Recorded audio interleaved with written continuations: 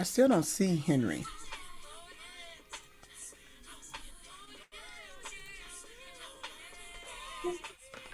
I stepped away for a moment. Go ahead.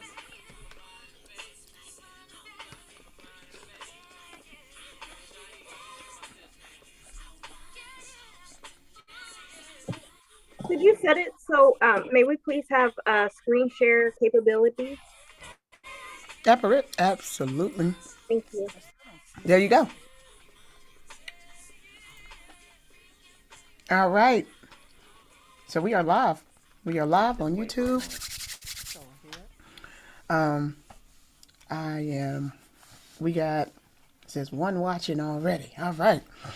Welcome, welcome, welcome, everybody, to the February version of the Black Poet Laureates reading series. Have screen share capabilities? And absolutely. Hang on, just one second. There you go.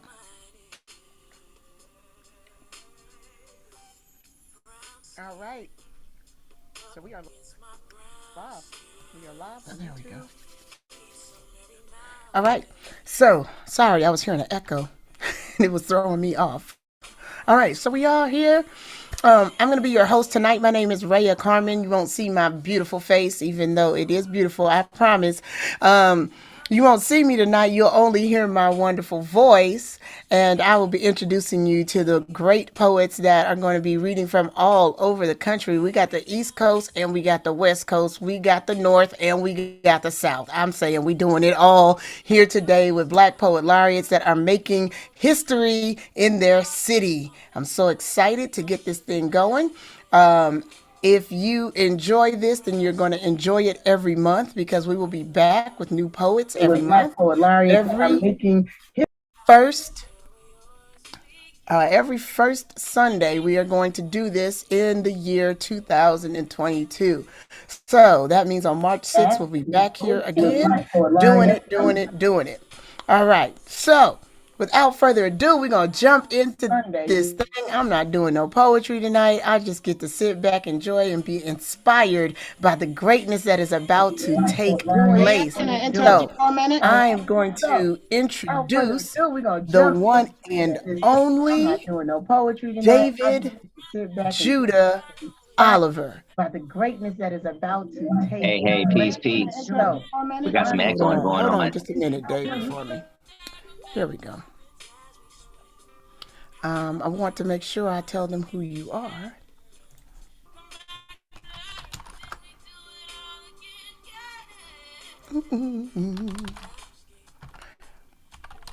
Here we go.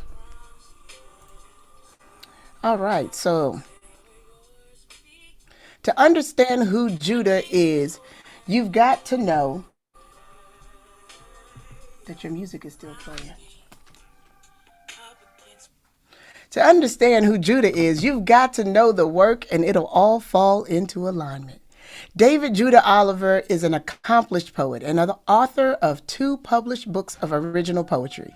He is the co-host and founder of Lion Like Mind State Poetry, an art series at the Pomona Fairplex. He has been a member of the Los Angeles Slam Team 2005 and 2006, coach and slam master of the Empire Mindset Poetry Slam Team of Pomona 2009 and 2010, leading his team of poets to second in the nation. As an entrepreneur, he owned and operated the now legendary Machine Pomona Art Gallery in the Pomona Arts Colony, 2011 to 2014. For this work, he was awarded a full scholarship to further his education at Pitzer College of the Claremont Colleges. He is an art consultant for the Ontario Montclair School District 2012 to present, and David Judah has taught poetry at every level of education spanning kindergarten to college and university workshops, even beyond bars and barriers as an art instructor for the prison education program, teaching poetry to inmates in Chino Men's and Women's Prison, Norco Rehabilitation Center for Men, including Camp Glen Rocky Detention Camp for Boys, San Dimas. He is also a licensed minister and has officiated 15 weddings and 1 funeral. David Marcus Oliver Judah was recently unanimously voted to serve on the Pomona Arts and Culture Commission as a Citizen Advisory Committee member. He is the inaugural Poet Laureate of Pomona. So now we get to hear the greatness that is Mr. David Judah Oliver I. Peace. It's time we to acknowledge yourself more seriously, with the double dose of wisdom, with all the understanding we can muster. It is with the clear view of history in which we see ourselves now.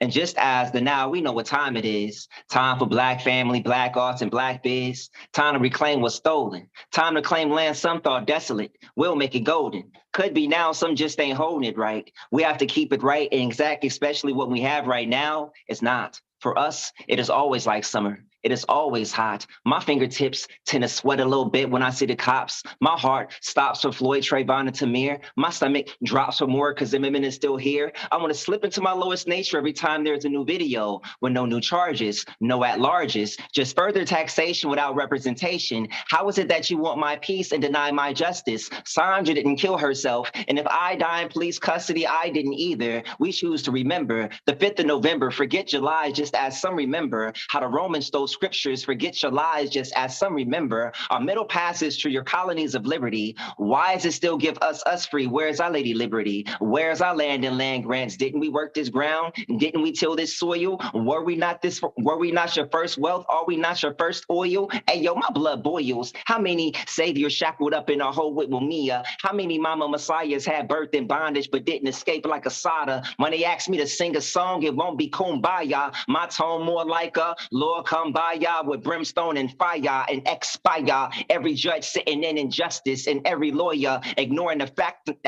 facts and law in a melanated instance. And every cop that fabricated a flaw, give them the full extent of the law. And that would make a better Juneteenth. Then I might see July 4th. Until then, I'll keep my mind to the east and my eye to the north. Peace. That piece is called A Northeastern Star. I wrote that for Black History Month, the year I was nominated as the inaugural Laureate of Pomona. Interesting enough, most of these poems I wrote them the morning that the event happened. So like I was running in with that thing, like still, I had time to do it. It just didn't come that way and I didn't force it. And I think what came out was pretty good. Here we go. This one's called Sankofa Futura. And this is off my album.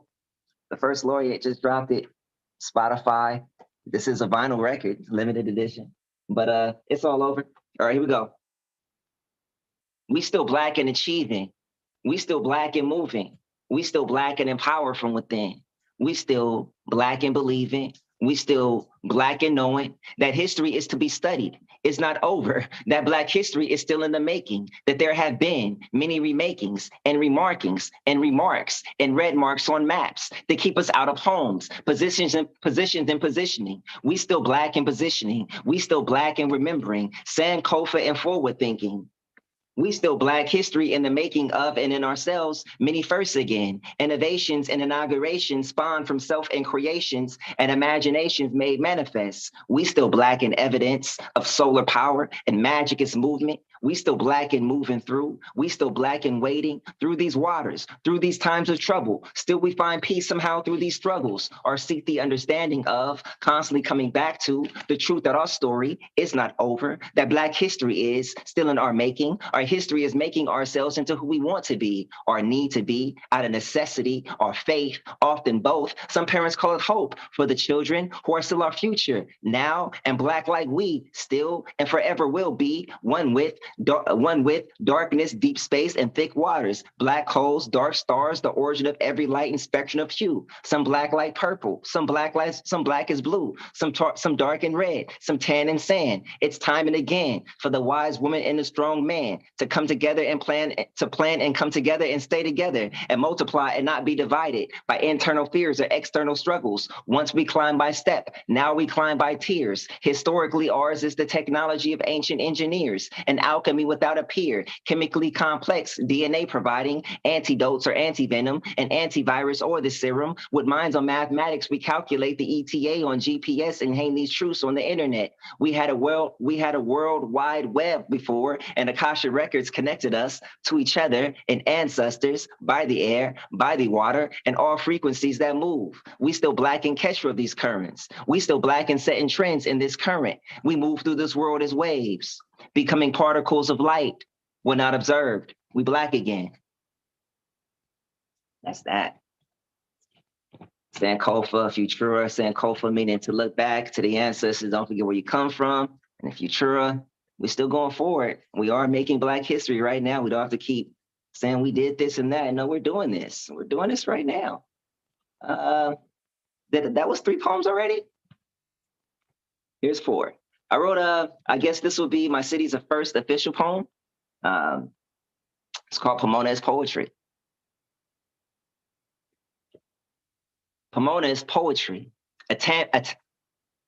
Pomona is poetry, a tapestry, a canvas, a mecca, a magnet, a pathway, a portal, a pass, a place, a progression in progress. City of 6 Ps, city of a Silk Road nature, feeding everything and permitting transport from our valley to the sea, from the sea to the mountains, from the south and west to the east. We straddle 3 counties, Orange, San Bernardino, and Los Angeles counties, 10, 60, 71, 57, 210, Route 66, and artistic culture is our bounty. And downtown we have our own arts colony. And Pomona, known statewide for arts and innovation. Pomona, known nationwide for spoken word poetry. Pomona, known locally for peacocks, hills and valleys, Cal Poly, Mount Sac, the fairplex of LA County, trade shows, speedway races, people of multiple faces, add characters, the DVA, the Glass House, the Metro, the Fox, grooving on a Friday night. Pomona got a goddess, and we have the right to bear fruit,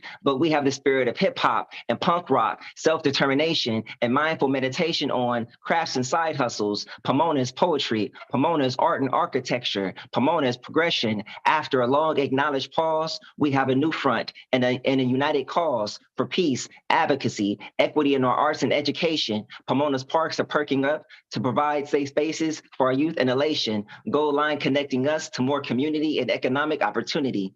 This is a new Pomona now. Let's get with the frequency. So, low commission joint. Yes, laureates. That's my 4. I'm gonna cap it at 4. What are you looking for? You were looking for what? Oh man, you got plenty more time there, brother. Oh, okay. Well then let me shoot. Well then let me pull these poems out. They're right here. I wrote this poem. I've been in Pomona for the last 20 years. I've been doing poetry publicly for 22 years now. I'm 38. There's a black church in Pomona called Prim AME, Prim African American Methodist Church. I'm not necessarily a member there, but basically my tent is pitched there. My tent is pitched there for the most part.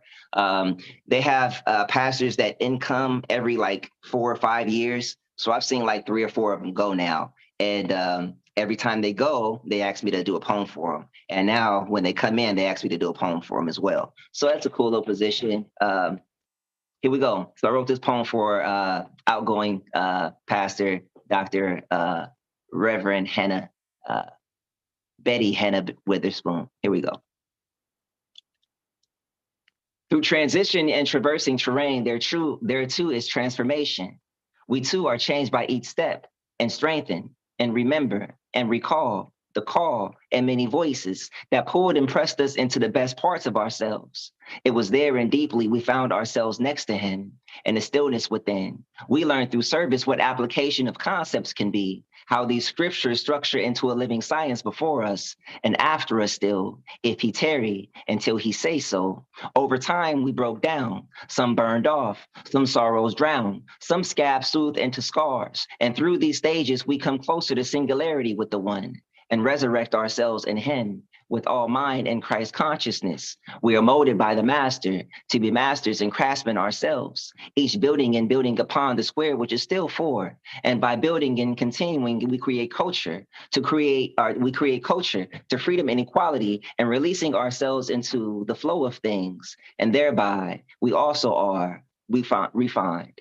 She goes where the divine is, where the breadcrumbs go, where the letters are sent to make sure the message is received in the intent impressed in the heart from her king, a sojourner of truth, and the indelible laws of the cause behind her every effect.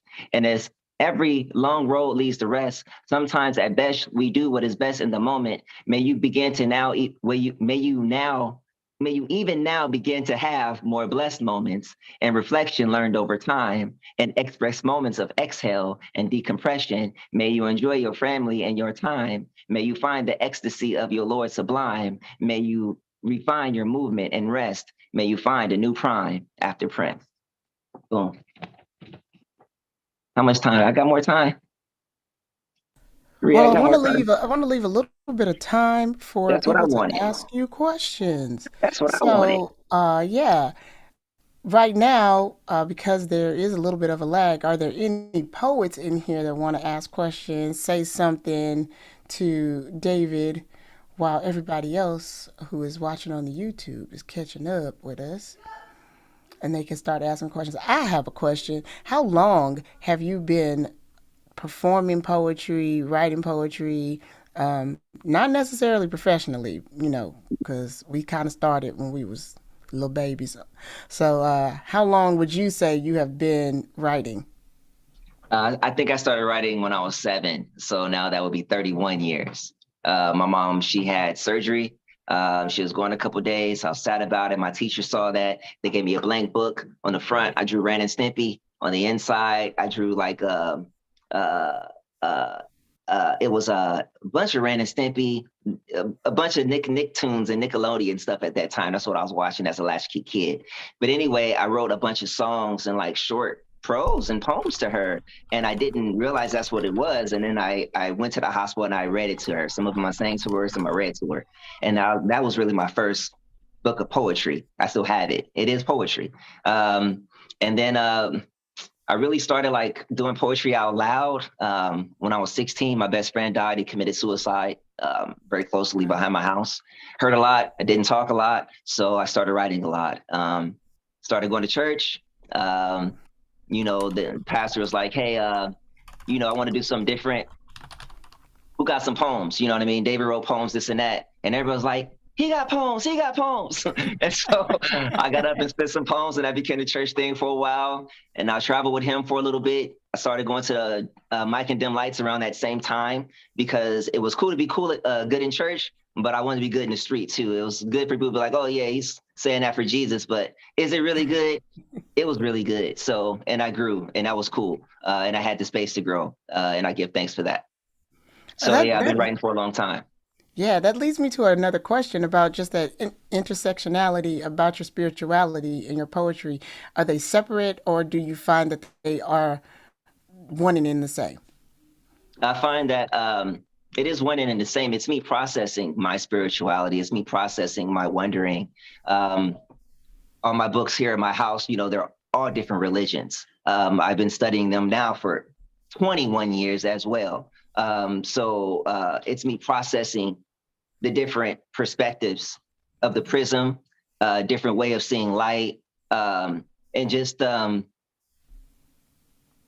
stuff I didn't want to learn, some stuff I wanted to learn. I have poems about that too. And that it's about my process. It's about my process more than anything else. Cool beans. Mm-hmm. All right. Anything else you want to tell us? Where can we find you, follow you, social media? Where can we Oh buy man, your books? Where can we send money if we love you? you can get my book, Child of the Sun, Man of the Moon. Put that out. It's my second book. Anywhere outside of like physical bookstores, just order it online. Just pull me up. David Judah One Oliver. Also, the first laureate, because I'm the first laureate of Pomona. Banging album. This is just the EP, but there's a whole album everywhere where you can get digital music. Just pull me up, Judah One with the number one, not the word, because Judah One with the word he's a rapper from New York. I discovered that 20 years ago. What else? You can find me at theartofdavidjudah.com for all my arts. Pomona, Cal Poly Pomona, they call me the Renaissance Man. You'll see why. I do several other things outside of poetry. I also own a civil engineering consulting company. That's, my bread and butter. I bring my daughter up in that. And I also run Line Like Mind State, and we are like kind of like the official venue of Pomona as well in the Pomona Valley right now. We put on the first Pomona Valley Slam, sponsored slam for the Fairplex, the LA County Fairplex, where everybody comes at the end of the year. And we're also programming 12 days of that. Yeah, man, all good things. Not only am I the poet laureate, I'm the artist in residence at Pitzer College at the Claremont Colleges right now as well. So, you got to snatch those first, got to snatch them. It's opening a lot of doors for others. I give thanks for that. That was the whole premise, to open these doors. Judah won the first. Find me. I'm real easy. Just pull me up. Judah won. Easy. I don't change the name. I love it. Very. Let's see. Maybe I missed it. Okay. Alita Irby is wanting to know you are poet laureate where, and that is Pomona, Pomona, Pomona, California. Pomona, California, about 35, 40 miles east of LA. Right before you hit the IE, if you know about California, right before you hit the Inland Empire, right before you get to San Bernardino County, we right there, we straddle that. And we call All it right. that poem. I had 6 P's in that poem because we straddle 6 pathways. So like there's 6 freeways right on us. So we're a Silk Road of culture. It goes down. Find me. Judah 1. We put it down. Line One more like my thing. state. LionLikeMyState.com. Peace. One more thing. What is your Yeah. Cash App? What is my Cash App? Dang, you done Yeah, hey, asked me a if question. people I want to didn't know bless that. a poet got to tell them how to bless them. You know what I'm All right, well, saying? look, I got a new phone. I'm going to look right now. If it turns off, I'm coming right back. All right. That's Okay. important. That is important. Hold All on. right. So I definitely will be putting all of the Cash Apps in the chat on YouTube so that people can support you all. We're going to keep this thing going because I got My some Cash App is David Judah 1. David Judah 1. I should have known that, right? A little money sign with the David Judah and then the number 1. I got it. David Judah 1 is in there. So people can bless y'all. I really want to Bless the be Lord. able to you know, bless a poet every now and then. All right, next up to the microphone is going to be the one and only Kim B. Miller. Kim B. Miller's poetry is inspirational. Her words are bold and she is unapologetically blunt. Kim is the Poet Laureate of Prince William County, Virginia, October 2020 through October 2022. She is the first African American Poet Laureate of Prince William County. Kim was recently featured on WTOP 103.5, both on the air and on their website. Her poems have been published in African Voices magazine, a Portuguese book, a DC newspaper, an interfaith anthology, and several websites and books. Kim received the 2021 DMV Best Business Award in the category of Arts and Entertainment. Kim is also the 2021 DMV Renaissance Haikuist of the Year. Yes. Kim's a motivational speaker that cultivates growth. She uses her words to connect people to their strength. She makes empowerment touchable so you can obtain it. She was one of the commencement speakers at Bard High School, Early College, DC. Kim is a facilitator. She creates and develops her own training material. Her interactive workshops are fun and informative. She recently facilitated a workshop for University of California, Berkeley.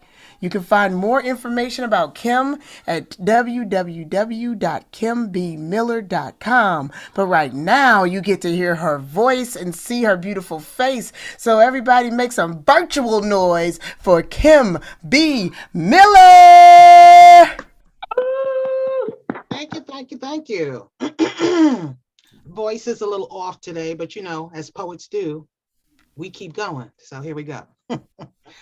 This first poem is called Black Crayon. I wonder if the black crayon knows how it's pronounced in Spanish and treated in English. I wonder if the black crayon knows it was never meant to be colored with, only used. If it was discarded, it would be blamed for being unuseful. I wonder if the black crayon knows it is hated. I wonder if it knows it must stay in the corner of the box, segregated from the better colors, since it's too dark, pigmentation challenged, treated like a leper, roasted like charcoal, and blamed for the fire. I wonder if the black crayon knows if it broke, it would be blamed for being broken while pretending to be whole. It will not scream. It will stand quietly still, hoping its color is not the cause of its own destruction.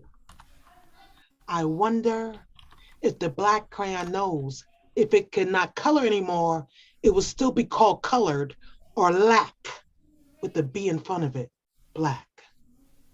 If it was chosen, it would be drawing something ugly, watching its color be secured to anger, begging for a chance to draw beauty. Black crayons, repent for your misconceptions. When one black crayon draws outside the line, every black crayon is answerable. Maybe they could look softer. Maybe their hardness is a protective coating. A black crayon can write in several languages and be ignored in all of them. I wonder if crayons grieve. I wonder how often black crayons cry. Can they hear their own tears, or is solitude louder than pain? Will they draw tears or just call them periods? Aren't sentences syllabized weapons that end with a black dot? I wonder if black crayons ever compare war stories with black pens. I wonder if a crayon could draw his own agony with no paper willing to accept the weight of his thoughts. What are black crayons supposed to draw? Should they lightly sketch how loneliness permeates inside that crowded box? This box is so small. Black crayons smell freedom every time the box is opened. They are taught discipline. They know their place. They draw whole or in pieces. They draw life and defy death. They bleed inside that box. Even when selected, the black crayon knows it's only temporary air. After all, boxes are not made to be empty.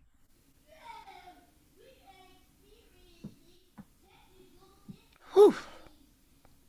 So, I'm going to do some haikus for you guys. For those of you who don't know what haikus are, super short poems, 3 lines. Traditional ones are nature and flowers. Non-traditional ones, called senryu, can be on any subject. Again, still 17 syllables. One is traditional, nature and flowers. One is not. I would be doing senryu. For those of you who count, since it's based on memory, I promise you it's written correctly, but I may say it a syllable off. And since senryu and haiku are considered the same in performance poetry, we all call them haiku, just like you call an oak and a palm still a tree. I say haiku before each one. You don't have to. It's just something I like to do. Haiku. You love all 50 shades of gray, but you can't deal with one shade of black?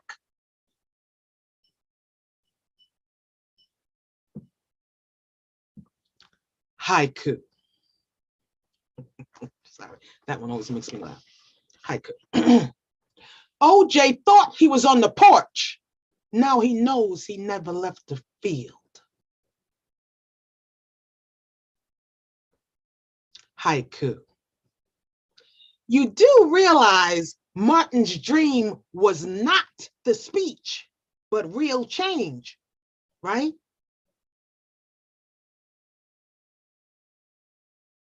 If one more person quotes me King's speech as a speech with no change or plans attached to it, miss me. Haiku. It's February, so time for Blacks to be history again.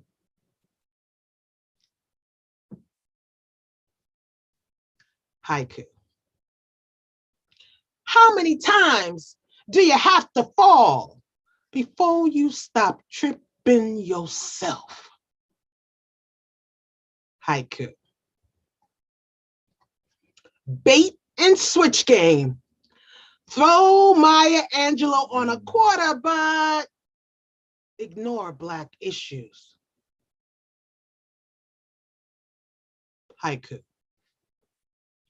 You want Blacks to stand, but you don't try to understand what we stand for. Haiku. You should put Blacks on money. You hashtag us more than dead presidents.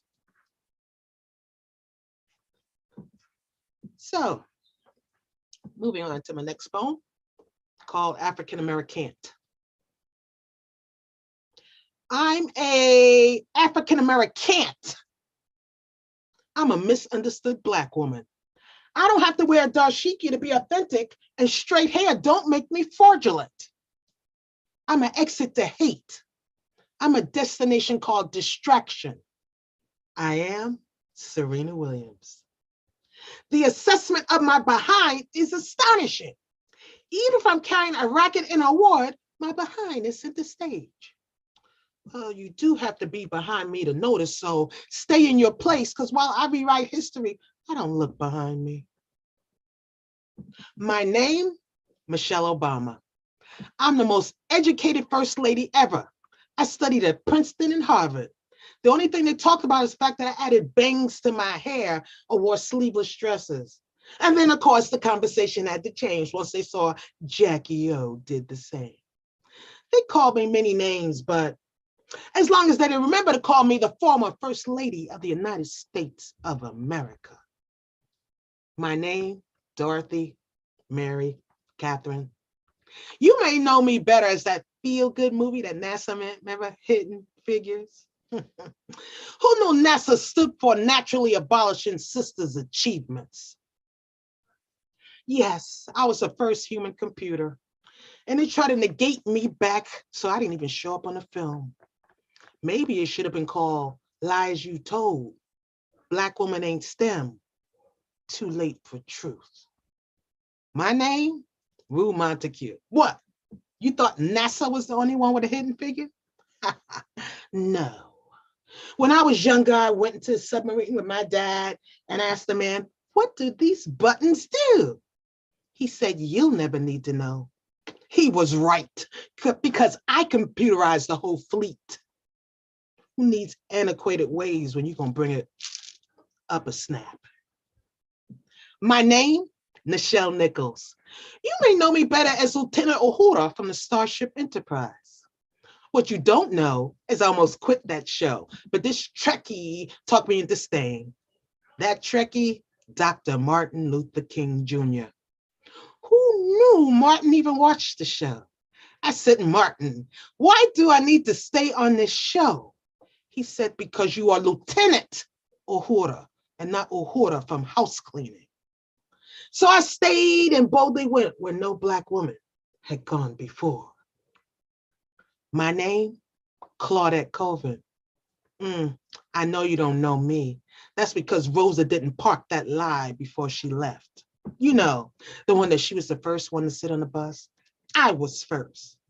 Yes, I was a teenager. Yes, I was pregnant.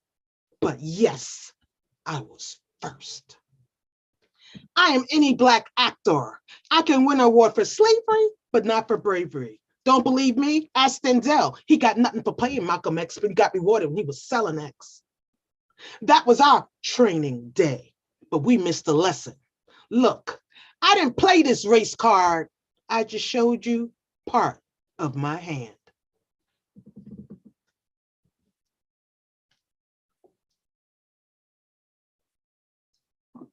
Okay, how am I on time?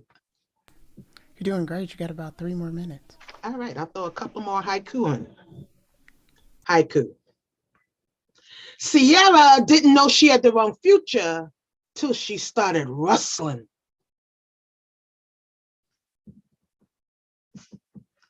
Haiku.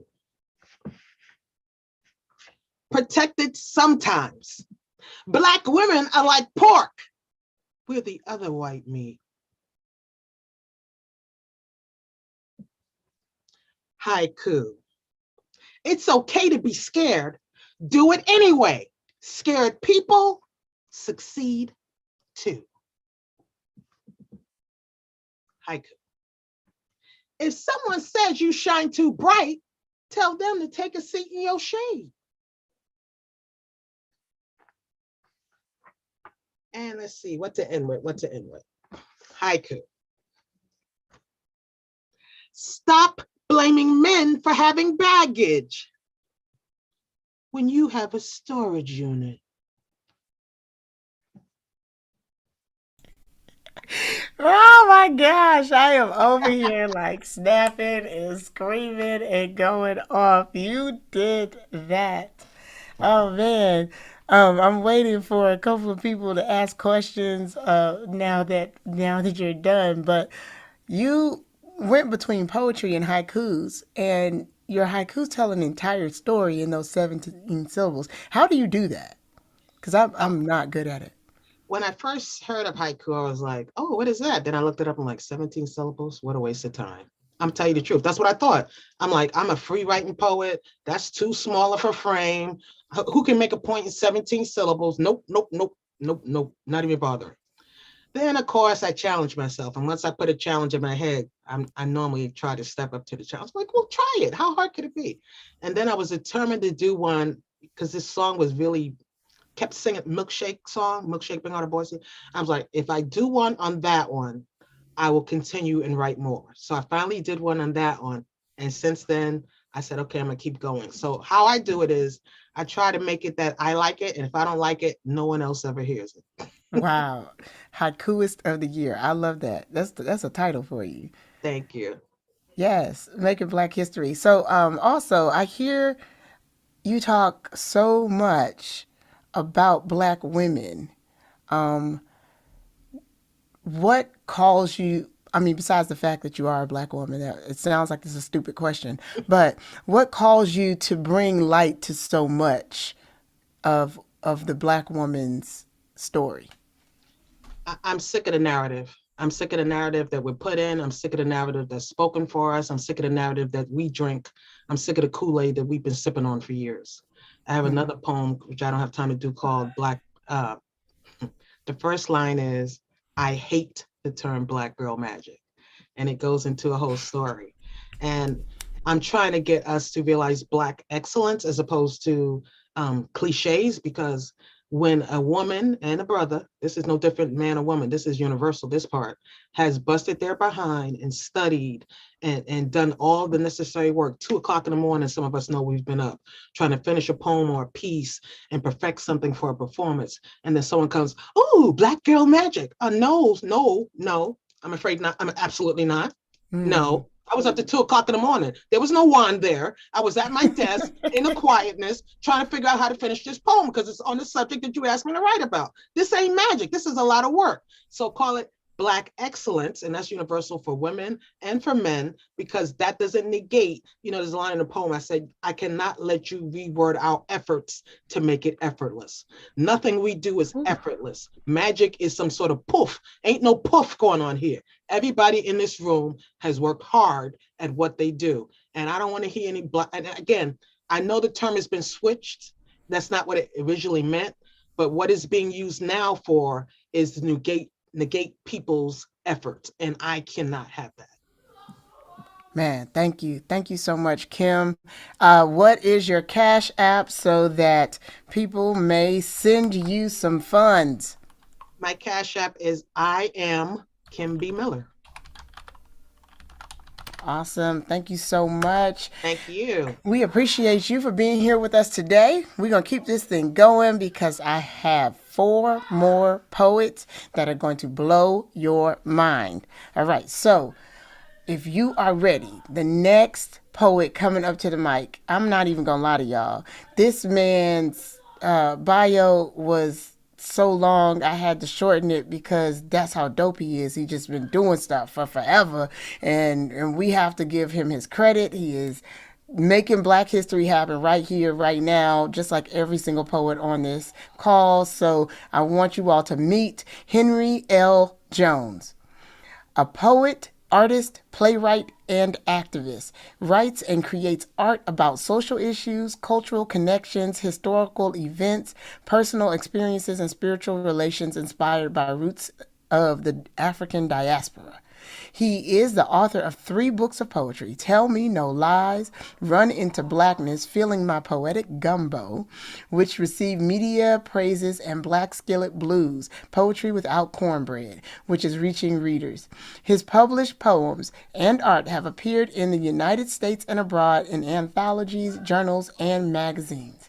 Jones Awards, recognitions, and honors include Inaugural Poet Laureate of Hendersonville, Tennessee, Poet in Residence of Hendersonville Public Library, featured on National Public Radio about his work in the Kindred Links Museum exhibition, Art Wire Fellow of the Porch Writers Collective and Oz Arts Nashville Centers, Line Breaks Reading Series Poet, Dr. Harriet Bias Insignaires, I don't know if I said that right, Award for Poetry, GANSPA Award, and State Commissioned to write for an insert book about the Southern Church Fires for Houses of God Gospel Music Release fundraiser. Currently, Jones is awaiting the release of one of his plays in the Shades of Black Theater Festival, the beginning of a film about his poem Mississippi River the Baptism, a residency program, and future art exhibits. The Fisk University alumnus is a native of Detroit, Motor City, and a Chicago Windy City transplant who travels to many cities in the U.S. and abroad, but enjoys the southern charms of the Nashville Music City with his wife and their artsy adult children. Y'all, this man is dope. His family is dope. Everything he puts out is dope. So make a whole lot of virtual noise for Mr. Henry L. Jones. Oh my God, you're making it really bad. Thank you, sister. I just stay busy. The old man in the barbershop used to say, the ones that talk about it the most do it the least, and talking about all kind of stuff. And that I used to remember hearing all those stories, going to the barbershop with my brother and I, with our father. And that was that whole sense of community, and that's where I get a lot of my inspiration. I want to start with this first poem titled Darkness Becomes Me. Darkness becomes me. The stale remnants of day lingers in my eyes, awaiting lucid dreams to slip into my mind, show me another realm where I spread my arms, then jump into the pitch, draping the universe, gathering orphan stars, needing a place to shine, as my blackness congeals, trapping fallen angels with heavy fishnets, laced with warm molasses and lingering lust, then snip their wings off and sew them onto my sides. When I breathe, they lift me, a hybrid of flesh and feathers, awaiting a current of air to slip beneath me, then spread sails open, blocking the sun so easily, but feel its warmth and desire on my flesh in the darkness, blended in the longest nights, a hidden beauty with songs as I await the longer days to reveal what I've become.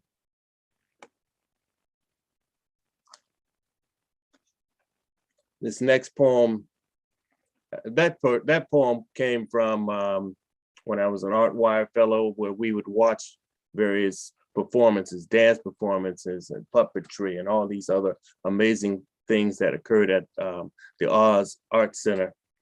And that particular poem was when I saw this beautiful dance performance and with all the shadows and lights and so forth. This next poem, The Justice of Bullets for Crowd Control, is what I'm going to share. I am dead. Words thrown at my face, bullets shot into my head. Attack dogs keep me in place. It's okay. if I end up dead. Evidence is dead. Mourn me, virtual distant eyes, see the red holes in my chest, lips spit out their old dusty lies, show the body cam on the vest. My child is dead.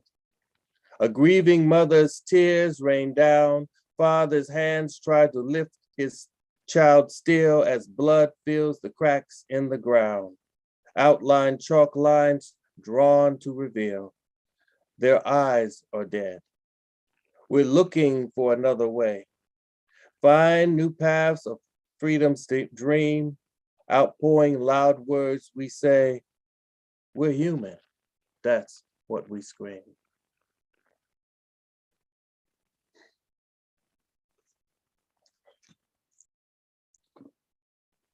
One moment, please.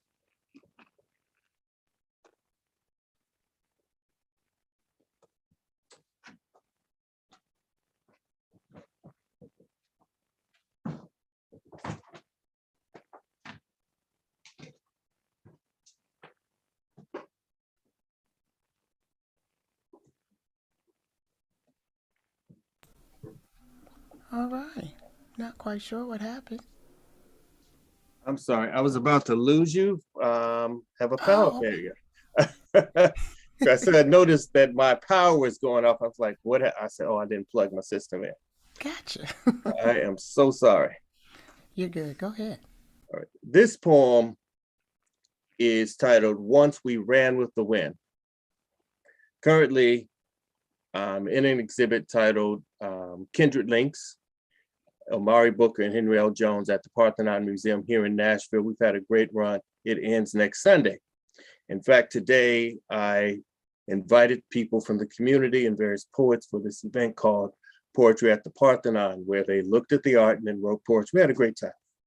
This poem that I'm about to share with you is the poem I wrote as a dedication to all the art that's on the wall.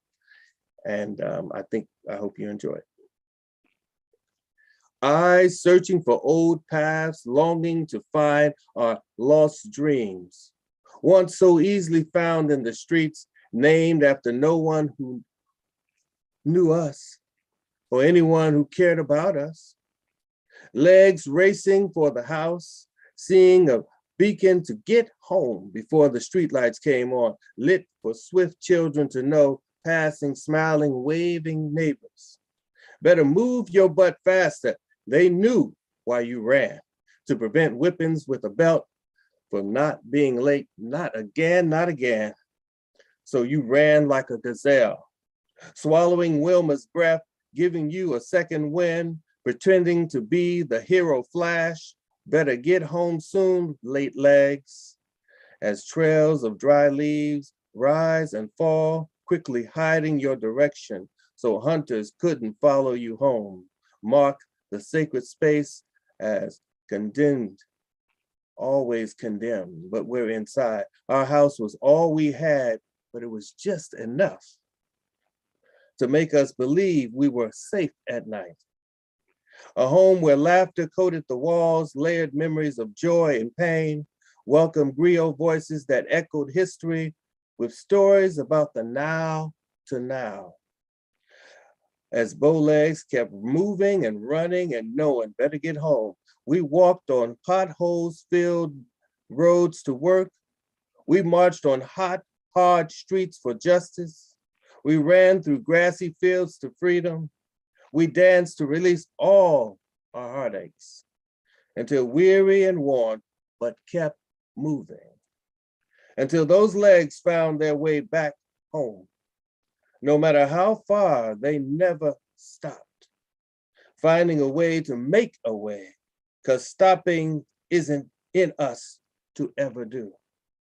So when we fall, we rise mighty again on strong currents of wind with wide wings. We learn to fly away, seeing faces as pavers along the paths.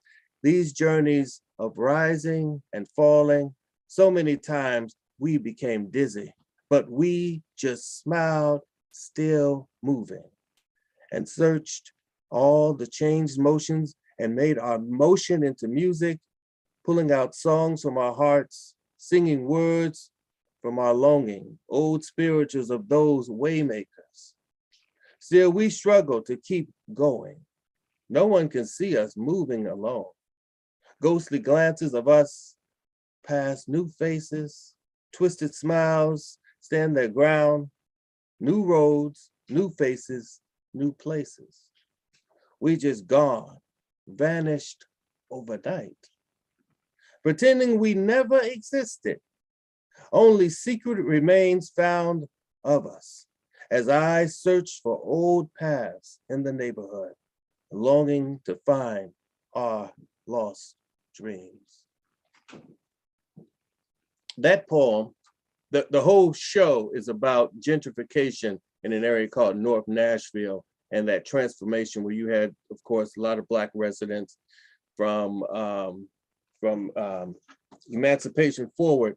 Basically, that's where a lot of the Black Americans live. And now we're going through this huge gentrification in the area. So that we did the art, a documentary, and I wrote that poem. This next, how am I doing for time? Oh, you have a couple minutes left. Okay, good. We got some shorties here. This next poem is titled Freedom. Lost in urban fields of concrete and steel instead of corn and cotton. Don't you dare speak or walk too far from your neighborhood, or we'll let the blood flow to make them remember total recall blistered from hours in the sun. Pineal blocks make being less spiritual. Spreading fave cream on your face to be new, safe, and maybe passionate. Still, those dreams coat eyelids in morning, salty crud to remain. Preserve generational lies, whispered but refusing to listen. What happened in darkness? So you don't want to be Black. Blending into those stories with full moon's only eye, casting a path to freedom, but few really ran when sung or listened with their hearts. Those songs never faded, echoing still in the wind. Freedom seemed so empty, when still you wonder today, while driving, walking, jogging, shopping, partying, or just sitting.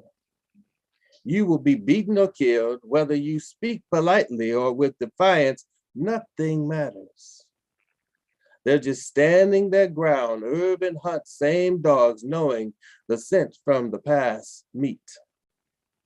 Hunger for violence and revenge, awaiting the promised race war and the return of their land and pride.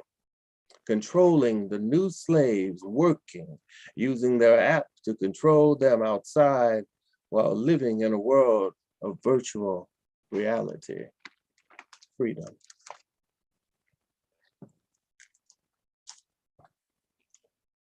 And this last poem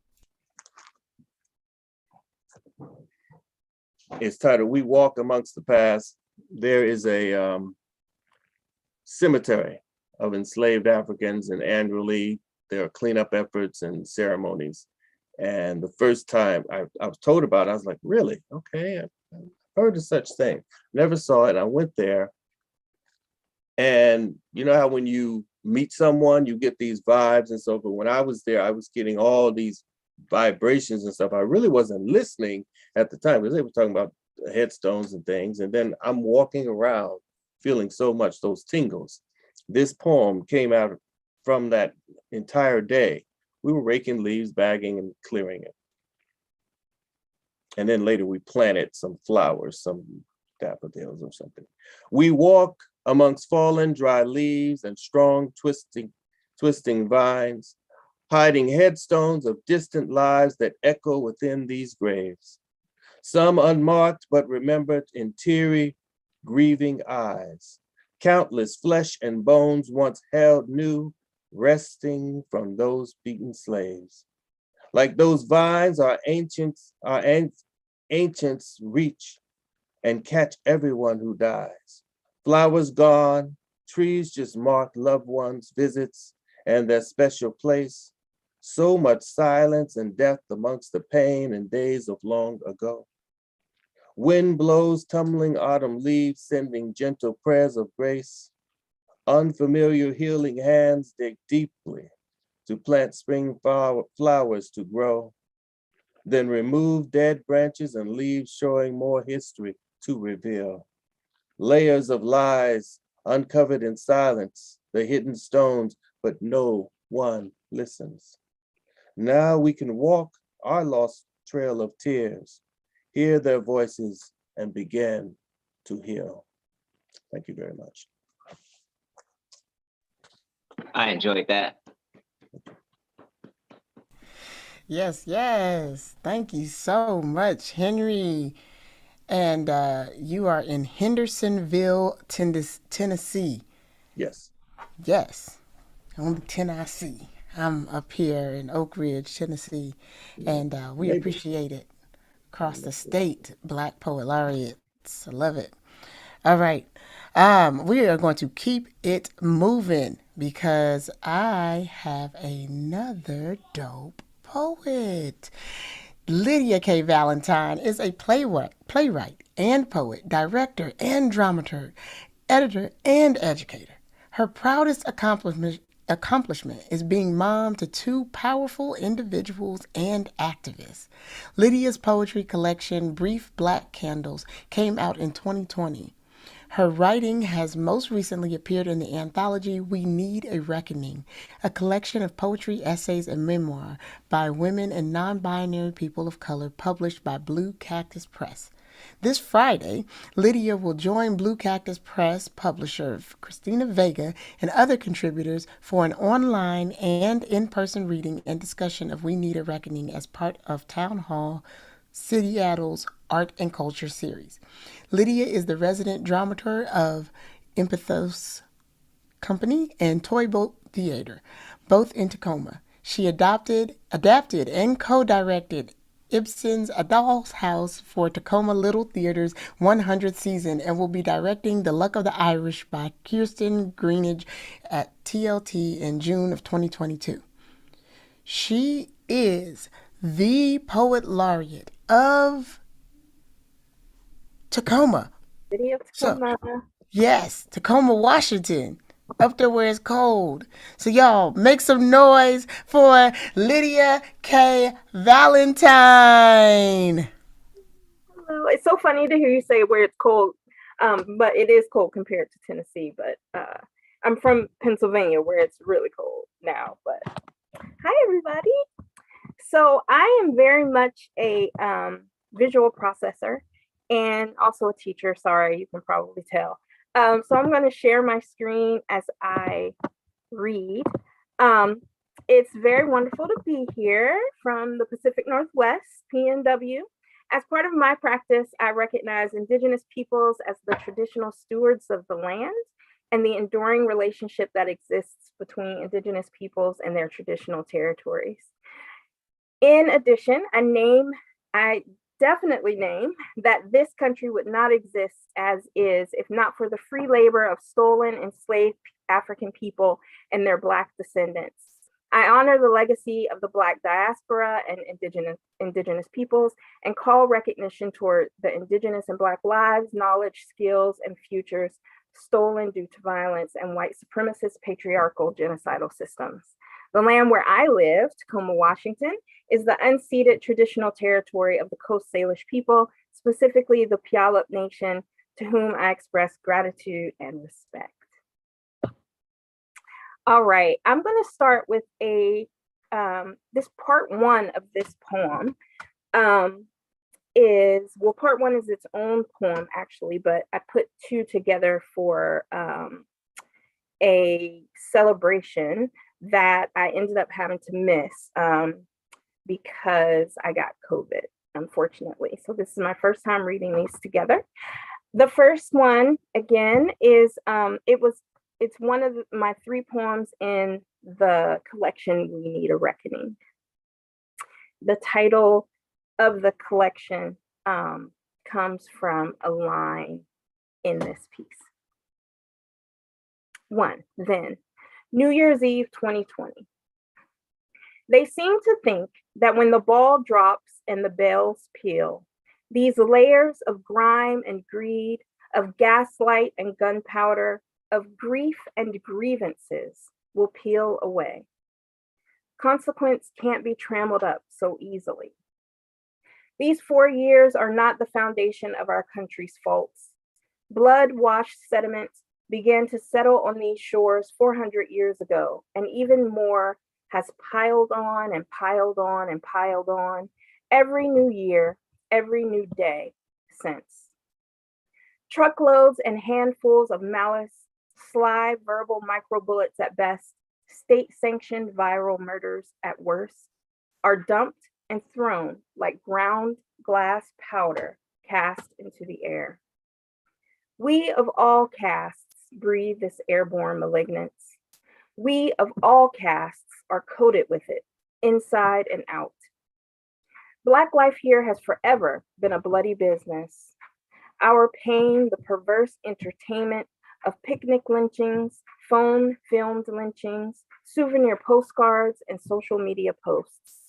So no, the reign of that unprecedented poser president was not the start, but it and he legitimized and lithified these layers of toxicity. What we need is a reckoning, a wrecking ball, to reduce the white supremacist systems of this republic to dust, to exhume and exalt our milled bones and our milled benevolence. Then maybe the be all and end all, the dream that could be America, will be.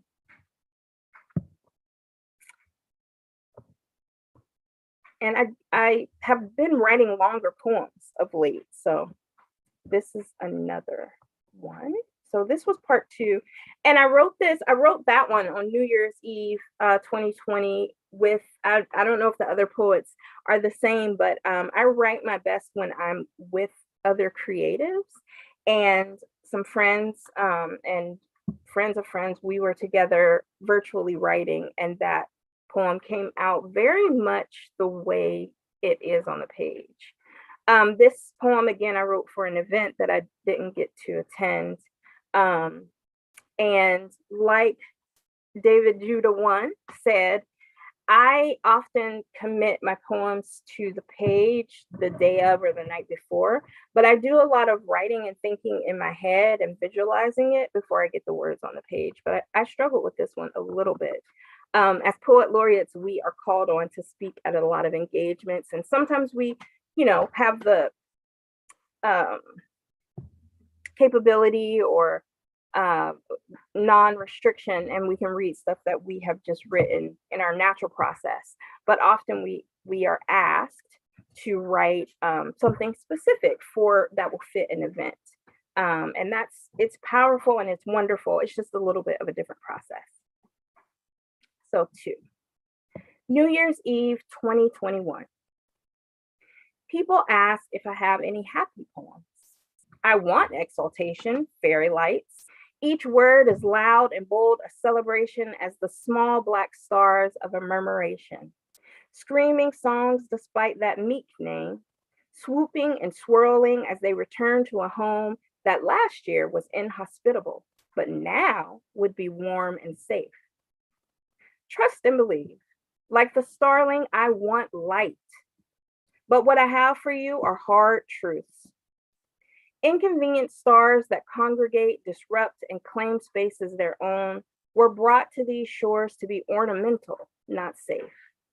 Safety is a promise spoken backward. It's a one-legged chair on a newly waxed floor, a key to a door whose locks have changed, a pledge written by a poor strategist for a promising politician's campaign speech.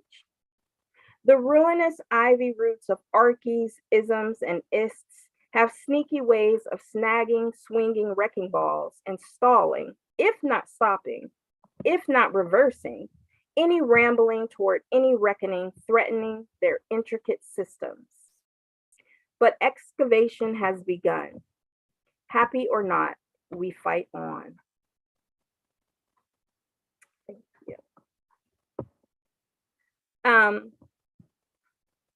David Judah one recognized Pomona, and so I want to recognize my city. Again, I'm from Pennsylvania, but I really am a Tacoma girl now. I've been here almost 20 years, and I love this place. It's my home.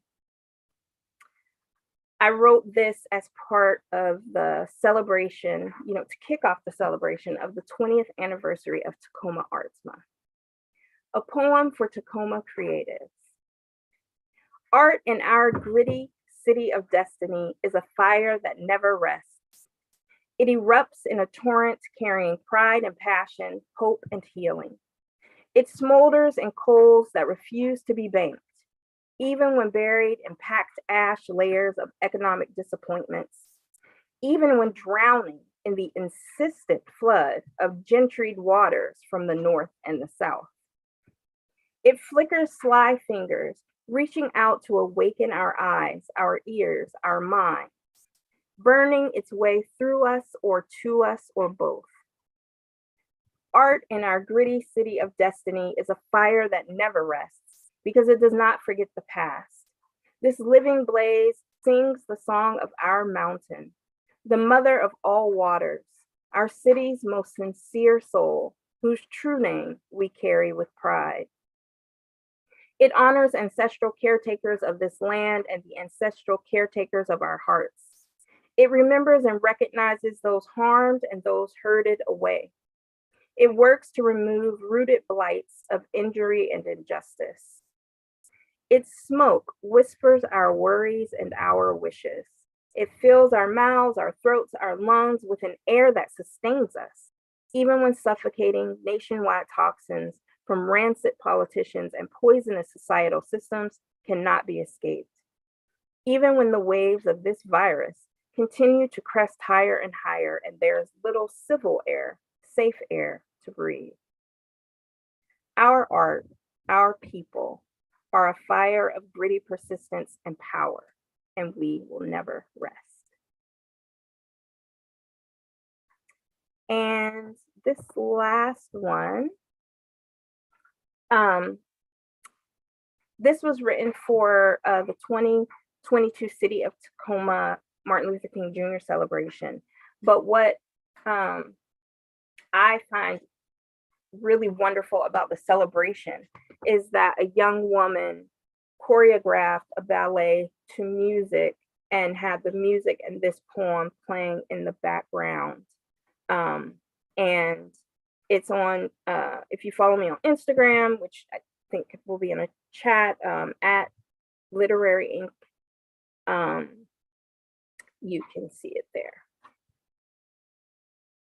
We, our hope, endure. Our hope is not a small thing with feathers. It doesn't idly perch and sing softly in our souls. Our hope is the bright iron thread of our grace-woven souls and flies forever on broad, steel-laced wings called faith. Thus, we endure and endeavor. Who could question our path? Who could block our goals?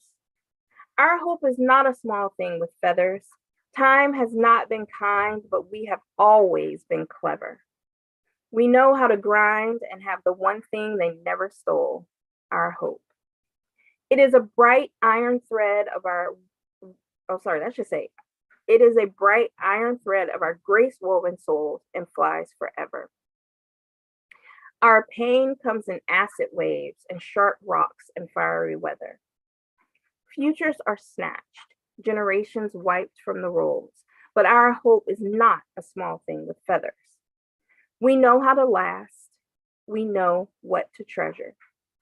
Even when we have nothing, no amount of control, our hope is the golden silk thread of our grace-woven souls and flies forever. We are a people of promise, a force when we are together. We are the movement of light, a symphony of grace, a miracle to extol. Our hope is not a small thing with feathers. Our hope is the golden silk thread of our grace-woven souls, and it will fly forever.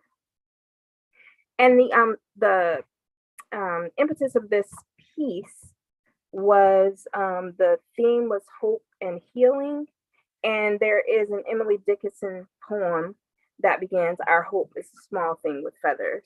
And so this is kind of in conversation with that piece. Thank you. Wow. So many beautiful things are being said in the chat, snaps, and that you are sharing such wonderful images.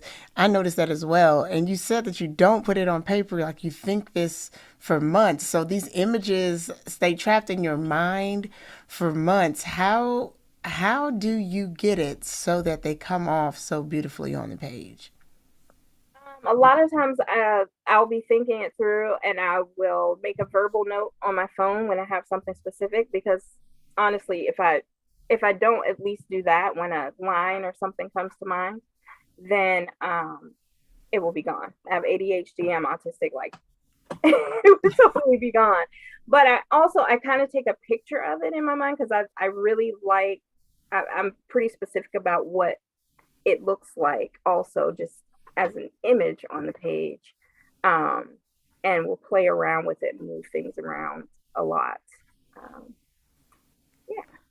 Thank you so much for sharing with us. And I forgot, Henry, I apologize. I got to going. It was getting so good. I just wanted more poetry.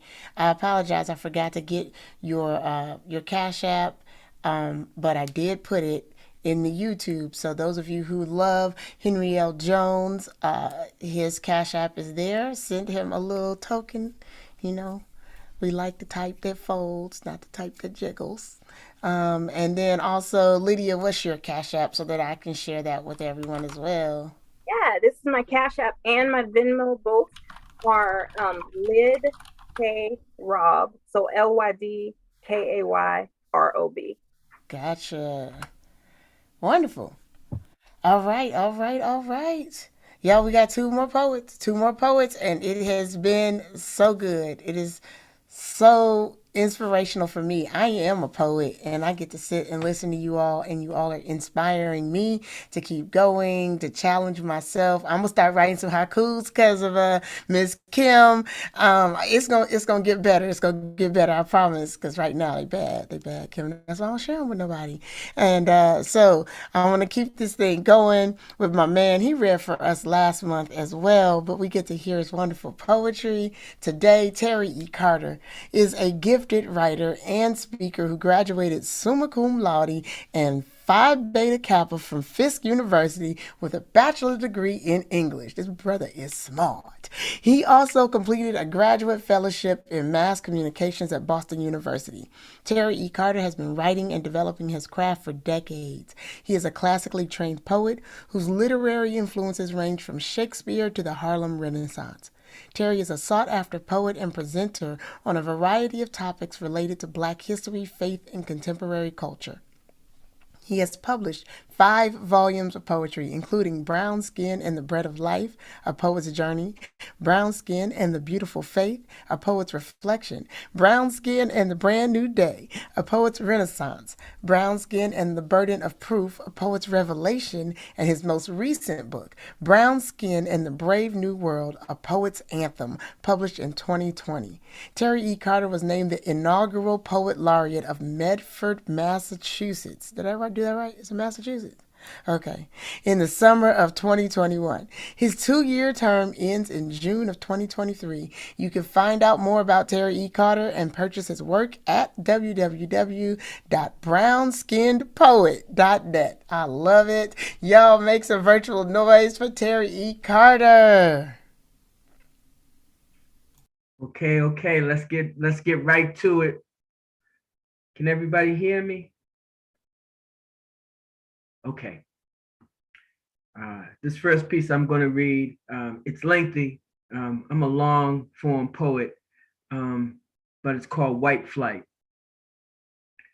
So let me get this straight. You're confused by the notion that Black folk are angry over a young brother being sentenced to 45 years for killing a police dog, but you're not in the least wise conflicted over dozens of police officers not being convicted for killing unarmed Black men.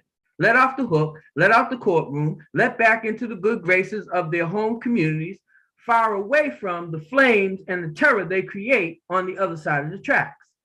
That's called white flight. It's a condition characterized by the blind retreat of y'all people from any set of facts that suggest that Black folk ought to, need to, or should be entitled to a righteous sense of injustice or indignation over the law, over how the law is applied to our brothers and sisters versus how the law is applied to y'all people. No, seriously.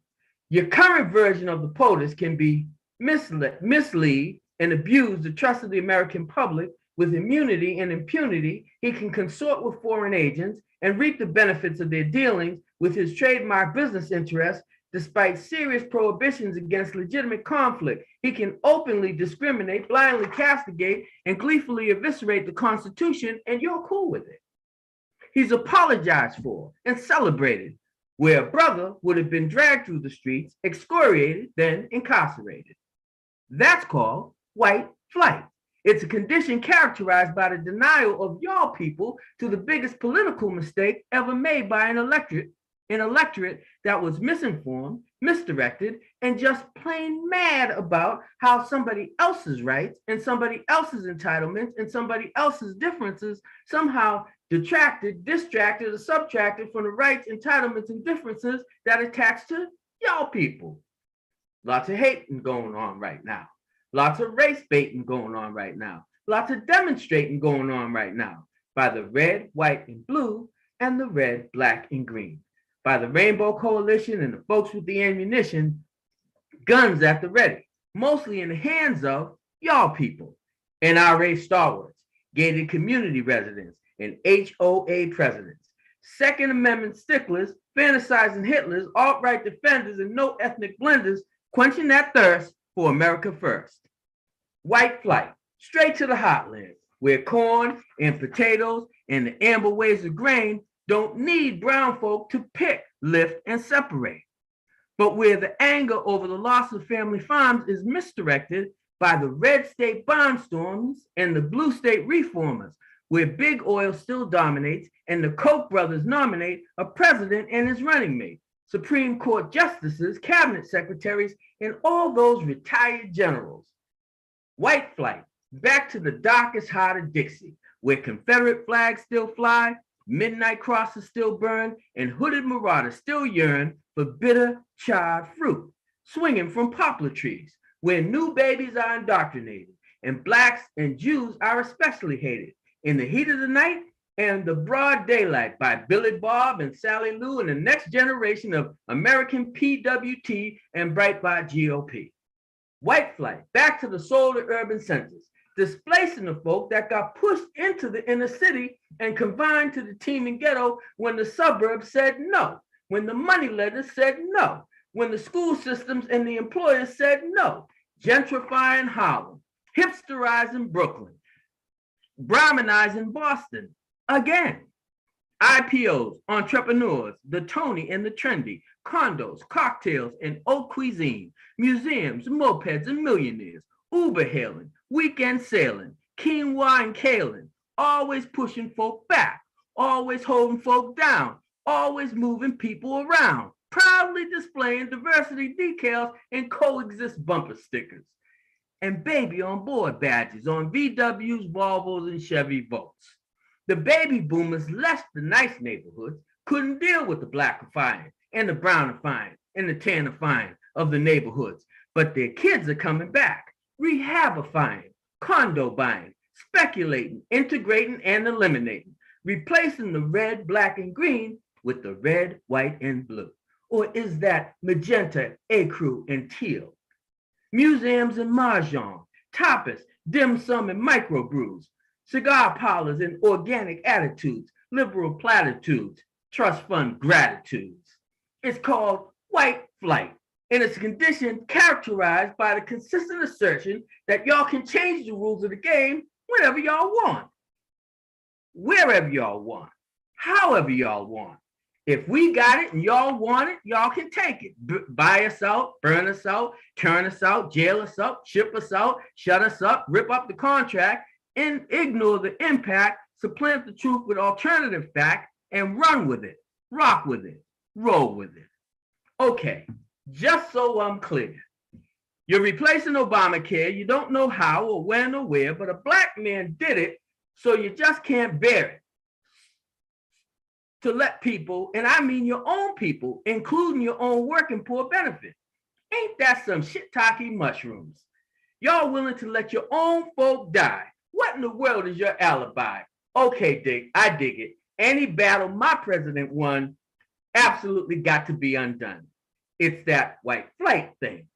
Running from the Mexicans, running from the Muslims, running from the blacks, the Jews, and the gay, running from the truth, the light, and the way, running from the poor, the sick, and bereft, running from the probe and press on the left, running from the token scrutiny on the right, running from the fires that blaze in the night, running from the crumbling blight of the hood, running from the just, the fair, and the good, running angry, running scared, and running wild, running like the buttons code has been dialed. A lot of hating going on right now. A lot of race baiting going on right now. A lot of demonstrating going on right now by the red, white, and blue, and the red, black, and green. By the Rainbow Coalition and the folks with ammunition, guns at the ready, mostly in the hands of y'all people. Recreational shooters, loaded up to take out looters, good old boys and business suitors, old clan mentalities with new clan realities, locked and loaded, making America great again, one cap at a time, one clip at a time, one mag at a time, one black bag at a time. Can't catch you. The plane is on the runway and the pattern is clear. White flights departing daily to a blind retreat from denial, denigration, and a dispensation where y'all can change the rules of the game wherever y'all want, however y'all want, whenever y'all want. If we got it, y'all want it, y'all can take it. Buy us out, burn us out, turn us out, jail us up, ship us out, shut us up. The contract, ignore the impact, retreat, replace the truth with alternative fact, and run with it, rock with it, roll with it. Whew. Okay, if I can get my breath back. Yo, that was awesome. I had to say that right there. That was dope. Fire. Yes. Yes. Thank you, David. Golly. Thank you. Thank you. All right, so let me change my grip a little bit. I'm an old dude. I'm just gonna tell y'all straight up. Okay, I'm probably twice as old as many of y'all that are on this call. You know, I got age. But and I'm a jazz head from way back. So, you know, when you talk about the Jazz Crusaders, when you talk about John Coltrane, when you talk about Dizzy Gillespie, when you talk about Duke Ellington, so on and so forth, you're speaking my language. So I want to give a little bit of that language to you tonight here. So I'm going to do a piece that's kind of a paean to one of the standards of the jazz canon, attuned by John Coltrane, called Naima. And this piece is called Reprise for Naima. He would blow this note in the midnight air. Aloft in the ether, it floats out there. Staccato cadence sets a mood of bluesy lyrical attitude. Improvisational mystery like Monk's piano epistrophe or Miles' tone poem in a silent way, and Flanagan's piece at the end of the day. Syncopated in sharp, bright tone, a countdown to stardust, a twilight zone, like a blue train running against the night, setting the pace, then out of sight. With Hartman crooning or bags on vibes, trios, duets, quartets, and tribes, the blues, the ballads, the avant-garde, incredibly gorgeous, impossibly hard. Giant steps move us miles ahead, cooking up Bart for Howland Street cred. Melodies hand to the harmony wed, piano's lullaby fresh in the bed, rhythm rocks where the drummer led, rhythm rolls where the bass man sped, rhythm birth what the saxophone bred, rhythm heard what the master said. How could he make the bitter taste sweeter? How could a tortured mind delete her? How could the mellowed scotch be neater? How could the smoke from each cigarette create blue notes that cast the net, create blue beads of cascading sweat, create blue haze that confounds regret, create blue notes, nights that we can't forget. Coltrane's notes are a crystal scale, a velvet scream in the urban travail, the heavenly rift of a love supreme, the pungent whiff of a lover's dream. Coltrane's notes are a cozy romance, the breezy bounce of a bop and a dance, the languid lilt of Stray's lush life, the cadence cut by the artist's knife. Coltrane's notes are a standard refined, like gold in a pan or gemstones mined, the sparkling glow of a hopeful dream, hot black coffee with a hint of cream. A light arrangement cuts the gloom. The melody says that love's in bloom. The harmony spirit engulfs the room. The bride says yes to her lyrical groom. The groove and the beat then jump the broom. The kick drum resounds with a sonic boom as genius is birthed in a soul-filled womb.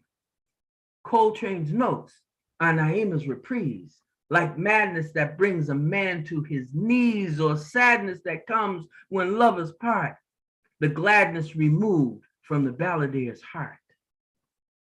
Musical mythology mocks a twisted path the hero walks.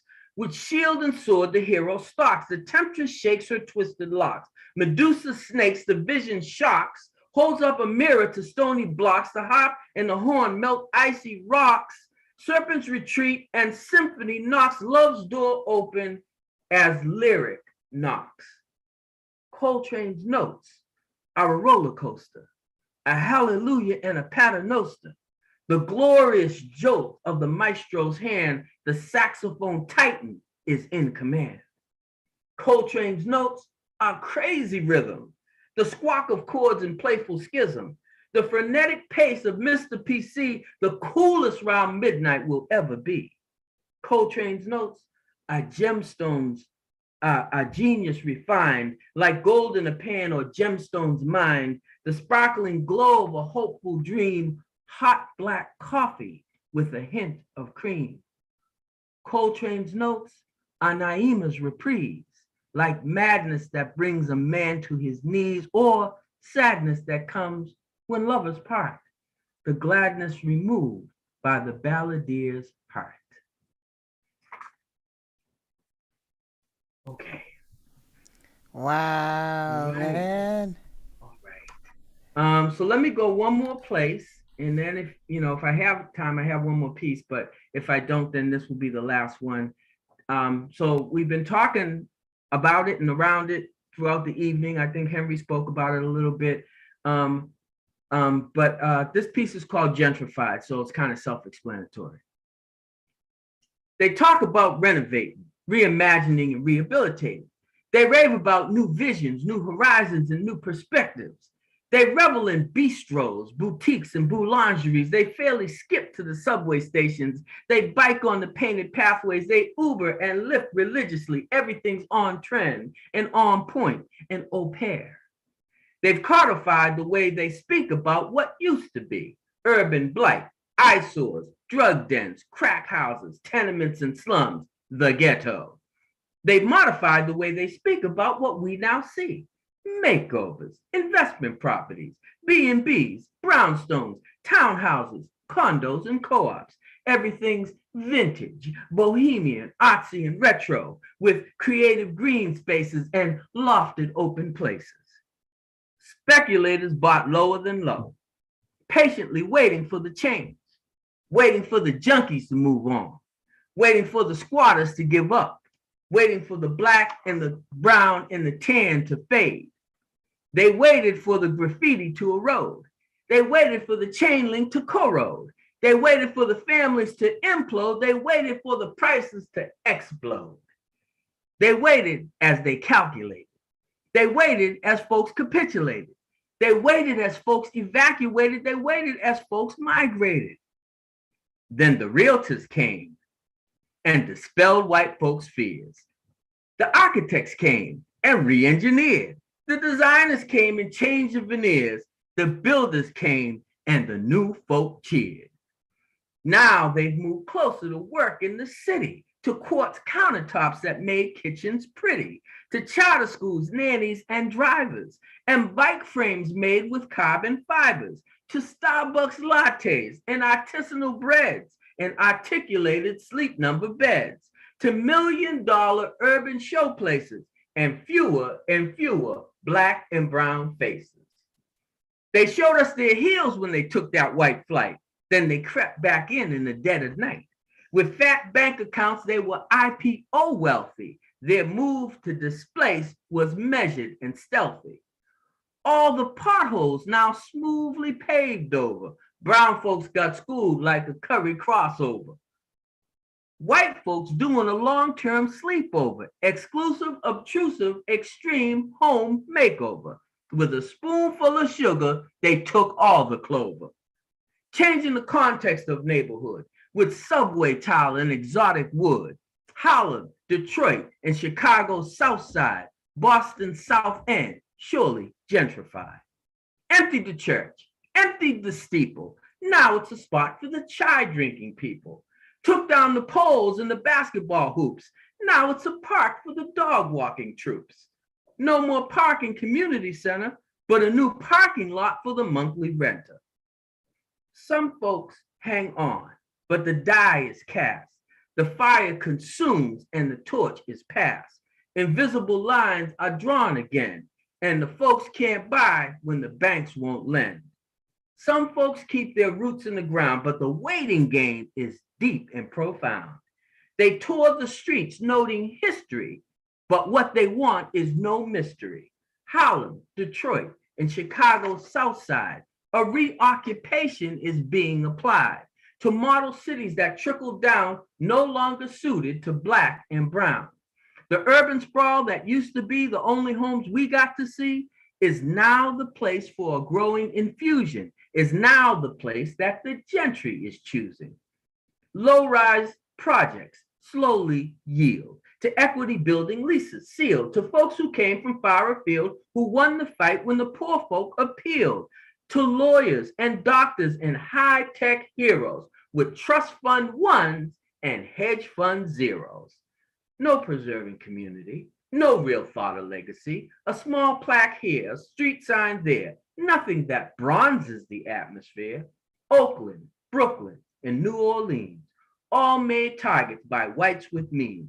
Even in venerable Chocolate City, the news in the district inspires some pity, killing the concept of neighborhood in ways they've never understood. And now we witness the slow, painful slide as the village we built becomes gentrified. Man, that was like good, like a good dinner cooked by like my grandma. So like it was so good. Oh man, I don't know if you see the comments, but everybody was just saying they love the way you use rhyme, and it's a good example of how it can be done powerfully, and Dope. uh, and how musical your delivery is, Thank you and very much. I appreciate definitely that. love the musicality of it. I can hear you with like an upright bass and a saxophone behind you. It would You be know, so it's funny. I had that last night. I did a concert at a music school with a bass, with my pianist, a bassist, and a drummer. And I did that piece, and I did some others. I didn't do some of the heavier stuff because the audience might not have been able to take it. Their hearts, not like our hearts though. But it was it's cool. It's always cool like that. I love it with music. I love it with yeah. music. Anytime It's, I get a chance to. So do I have a short piece that I could share? Do I have any more time, or am I done?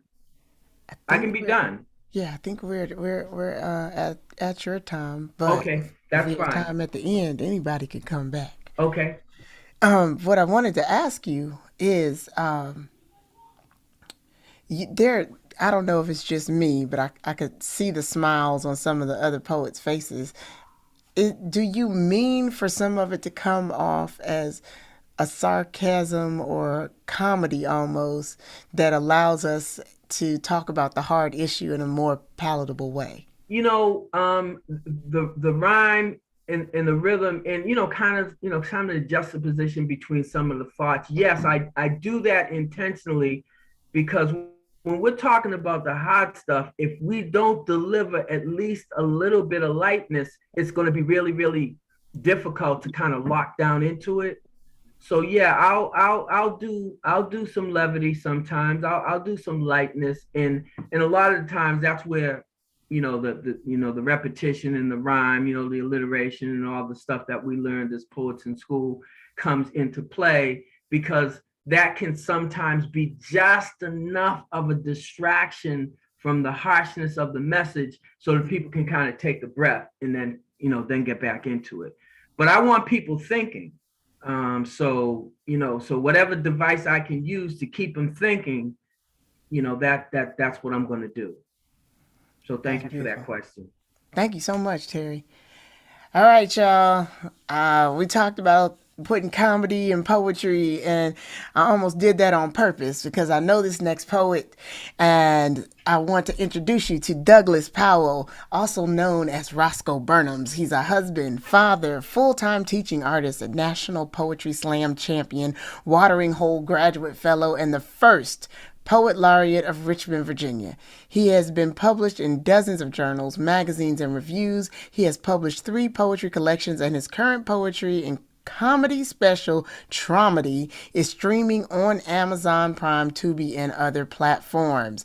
Without further ado, our final poet of the evening, I want everybody to make some digital noise for the one and only Douglas Powell / Roscoe Burnhams. Please pronounce the slash. Yes.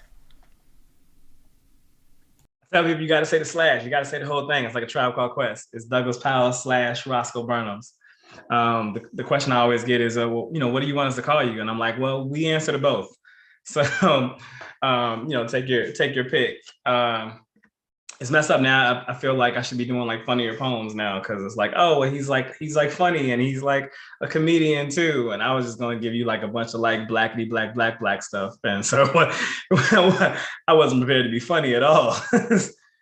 But look, Lydia's laughing. Do you, brother? Do you? All right, so I was actually inspired by the homie Big Judah, because he did some stuff that was centered around what up, Judah? He did some stuff that was centered around like the city that he's representing, and so like I wanted to like do some stuff that's or at least wanted to start off with some stuff that's like centered around things that I wrote particularly for Richmond, Virginia, where I am the first poet laureate. Me and Judah also have that in common. First poet laureates of our city. Okay, so this is so the story behind this actually is that this was originally written for the Biden campaign. So they hit me up and they had commissioned me to like do a piece. And they were like, yeah, we want to, touch on something that's a hot topic. That's a hot topic in the city. And I'm like, well, everybody's been talking about the statues. Everybody's talking about it's all over the news, the statues. And they were like, okay, cool. And so I don't know who they thought they were getting when they asked me to write about the statues, or about just everything centered around that. But I wrote how I felt, and it was it was not what they were looking for, and they decided to go in a different direction. So yeah, Joe Biden's camp never didn't go through with the piece. We were supposed to do like a whole like video for it and everything, and that just didn't pan out. Yeah, because he was campaigning down here like real strong, and so they were trying to reach out to the locals to like help push his campaign, but that was not what happened. So this piece is called An Anthem for Removal. Feels like history repeats itself like a song played so loud that you can't hear the screams in the background. History was sung to me how General Lee fought brave. Same history books left out the slaves he owned and fought to keep. So when I see him, I see me auctioned off like property. When I see him, I see me hanging from a tree or buried in a shallow grave on the same land where an entire war takes place over the state's rights to own me. My skin is still where the real battle takes place. Before, it was a war song for my body to be seen as 5/5. The ability to soak in the sun without crows picking at my flesh and my freedom. Now, I am still asking to matter, to take up space, to be solid and not sold, to be fluid and not fleeing, to be whole and not a hole in my chest. How? How did my black become so blue and red, but simultaneously end up as a footnote in most elections, or a foot on my neck? Inside the text of history books are silenced screams, stitched in the spines and trapped in the black necks, the snapped necks like branches after a storm. From Civil War to Civil Rights America, it implodes. A black and brown body suffered the most, and civility is a little white lie that you tell your children in classrooms, a fairy tale turned fact, turned critical race theory. I am my ancestors' voice, still screeching like black tires, in a long road to feeling free, until the sky falls like a Confederate soldier, or finally a Confederate statue. I am holding a raised fist in the smoke and an olive branch, looking for a hand to hold. I still want peace. I just want equality. I want equity, because my life's value is not dollars. My life be a priceless joy. 400 years in prayers, and I am still wanting everything any other human being desires. A place where everyone is given a fair hand and not treated like fair game. And officers aren't overseers, and there are no more screams. And the silence you would hear would sound less like a prayer for change and more like peace after God answers the prayer. And that's that piece. Appreciate y'all. So I'm a teaching artist. I work really heavily in the school system, and it's a large part of it was a large part of my mission statement as an artist. I've been doing this for about 15 years now. I've been a full-time artist with no other gig, probably for the last 5. But prior to that, I was also teaching English in a classroom. I was working in elementary schools. I was a full educator, and I've transitioned away from that. I'm still very much in the school system, but I get to kind of do it my way now, which is fantastic. You see a lot in the school system, a lot of things that are kind of disheartening, kind of discouraging. And so shouts out to teachers who are pushing through it and still waking up every day to go in these classrooms and try to make a difference, even when there's a ton of red tape and a ton of bureaucracy and a ton of politics centered around educating children. So the word is lycanthropy.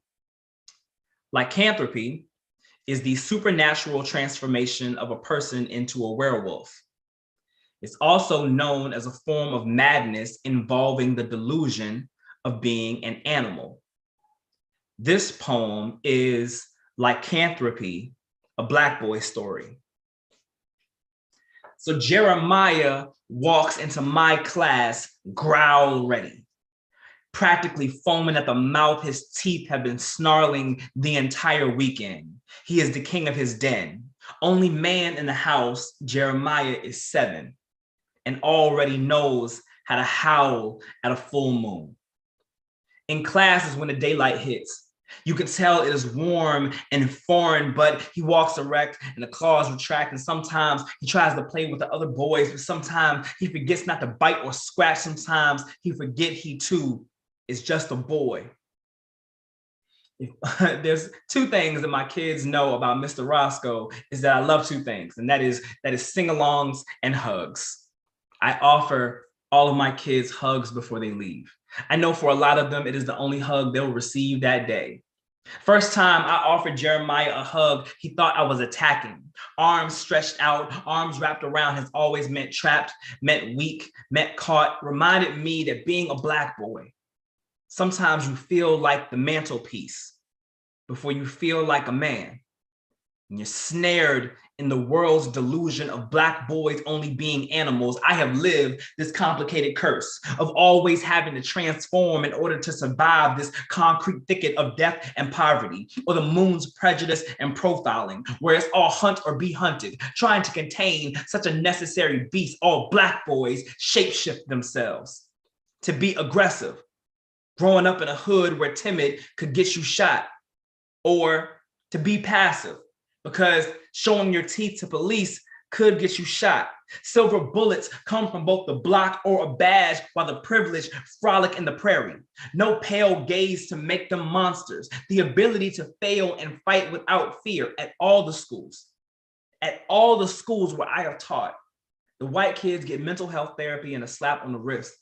Black kids, they get metal detectors, felonies, handcuffs on their wrists, prison pipeline into muzzle and collar before they develop a bark, tried like beasts, because they ain't seen as humans, 5 times more likely to be held in captivity. And I don't want to see any of my kids, let alone Jeremiah, locked in a cage or hanging from a leash, a boy who just wants to listen to nursery rhymes and play football. And I hug him because no one has, because the forest he's being raised in is all shadows and predators. And I tell him that my class is always sunshine, never moonlight, never wax or wane, never crescent or blue, never full or new. And nowadays he gives me a hug before and after school. He knows that he is not folklore, not some unnatural thing, that he doesn't have to be a beast, only a boy, never a beast, just a boy. No matter what he sees in the forest, no matter what the moon says. Work. And that's that poem. And yes, a hug can change a life. We need hugs. They say like 7 hugs a day helps fight depression. I don't know how accurate that is, but hug people. The moral of the story is hug somebody. Hug yourself, hug somebody that you love. Tell somebody that you love them. If you haven't told somebody I love you today, then you need to get on that. We got a few more hours before midnight. All right, tell somebody you love them. I've been tackling some different stuff, and it's interesting, honestly, how much like racial bias or biases in general will show up in a lot of things, that particularly in America. And so I was recently commissioned to do a poem centered around like flood awareness, climate change, just things about the environment, and then how a lot of these natural disasters more often than not affect communities of color and or places that have a higher poverty level. This poem is actually really, really new. I finished it yesterday or day before yesterday. I was up late. And so here it is. It doesn't have a title. It's still really, really fresh.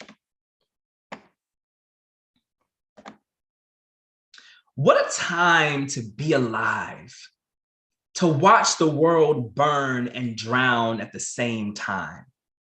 The ozone is a mesh of its former self. The sun becomes abusive and beats upon the polar ice caps. The earth warms. The melting happens before the boiling does. The water lifts and another city's buildings gasp for air. We saw it with Katrina. Then we saw it when taxis rode down Manhattan streets, or how Jersey was sunk into Ida's wrath, and this is only the beginning. What a time to be alive.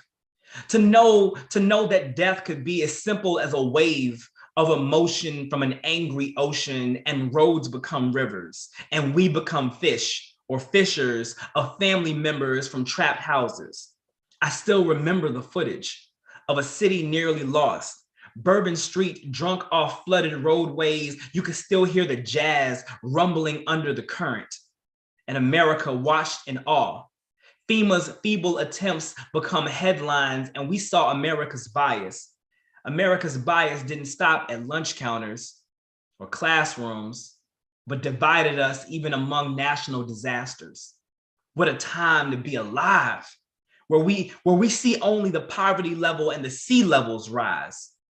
The people at the shallow end of a classless country can't hear the cries of people at the deepest part of disaster, and how it always looks brown and how it always looks black, like muddied waters, like the color of neglect, like the color of backs, like the color of the backs this country stands on when it needs to keep its chin above water. What a time to be alive.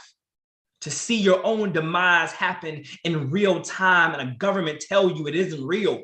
You're just imagining your own drowning. Wake up, they say. It's only an American dream. And by the time they see the results of their ignorance, Florida will be a forgotten legend. Louisiana will be a song under the sea. Atlanta will become Atlantis. Texas will get swallowed by an ocean's revenge, and politicians will still talk of building border walls before they build a flood wall. What a time. What a time to be alive, to see the seconds tick and the tides rock and the broil till it broils us regretful, bubbling up, and we sink like weakened pasta, a dish served by our own procrastination, our own destruction, our own human arrogance as the earth toasts. It be a celebration. Good riddance to the species that caused it all. Cheers, it will say, to the flood.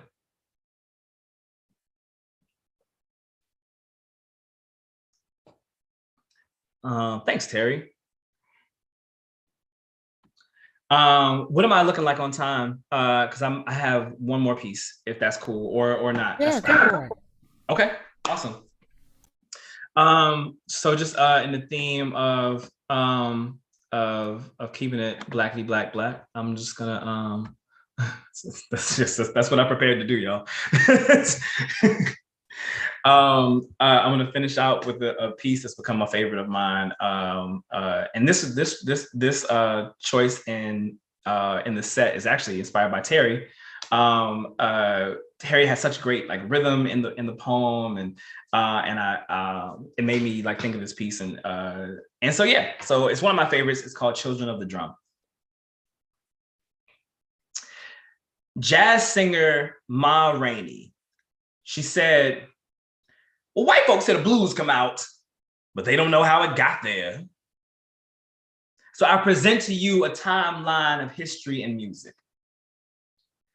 We went from drum call to call for freedom, from plucking on banjos to bondage on a ship, from djembes to Django. We are survivors. And here we are crashed on the soil of tobacco, cotton, sharecropping fingers coarse like their hair, or coarse like the lashes on their back, coarse like their pain, harmonized in the key of trauma, or traumatized to the harm of being a minority, looking for the freedom notes. The slave song rebellion anthem mapping north like a Union soldier's bugle, singing a Negro spiritual like,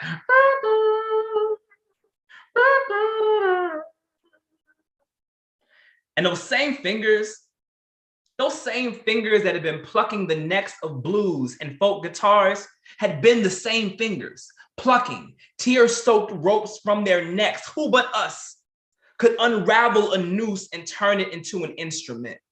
Go through hell and then make gospel, like fire, shut up in the bones of a burning cross and then baptize themselves in a colored fountain. I mean, who but the Negro could fry up a Jim Crow and feed a nation revolution?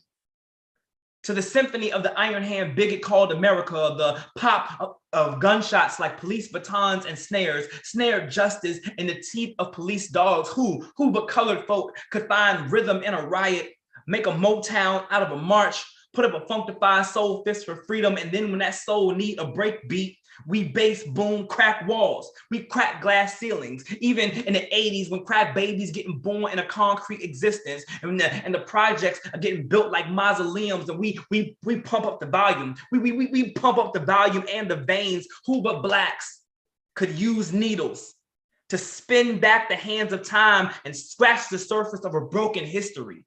Who but descendants of the enslaved, now only slaves to a rhythm, could take centuries full of suffering and make genres full of joy and rising sounds? It sounds like black.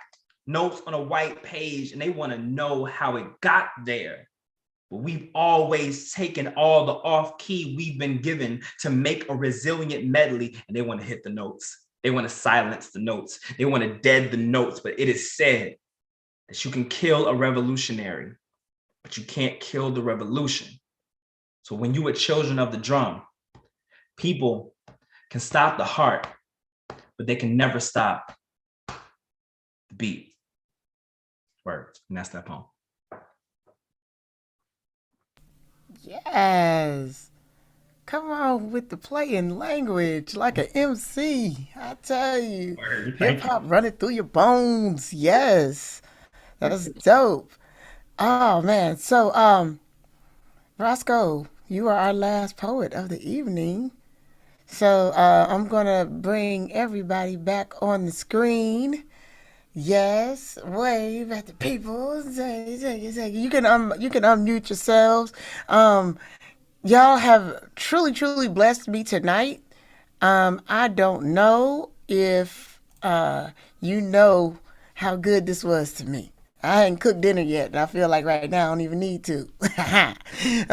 But I appreciate you all for sharing your poetry, your words, your energy with us, and I want you all to know that I want you to be a part of my podcast that I am currently recording for. So definitely hit me up so that I can interview you. I think that you are all amazing. And like I tell my sons every day, we are Black history happening right now. Very much true. Everybody said, go in, poets. That was fire. Tears, yes. Snaps on the YouTube side. We definitely appreciate you.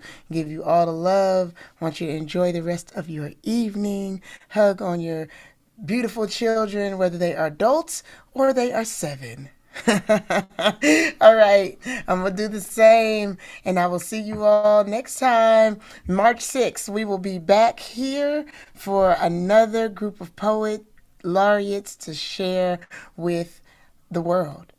Thank you, All right. everybody. Yeah, thank you guys. Very much. Had a Make wonderful sure you follow these poets on Peace from social Pomona. media. Peace Make sure from you find Pomona. on social media. And make sure you follow all the poets on social media. I have dropped all of their cash apps in the chat, so make sure you grab a cash app and you send some funds to a poet. It don't have to be a lot. You can just tell them, go get yourself a sandwich. You know what I'm saying? That helps. Go get yourself a sandwich. It don't have to be a lot, but just show them some love. We appreciate the love. Thank you so much, and I'll see y'all next time. All right, holla at your people. All right, y'all. Peace. Lion like mine. Stay out. Hey, all right. Have a good weekend. DJ1.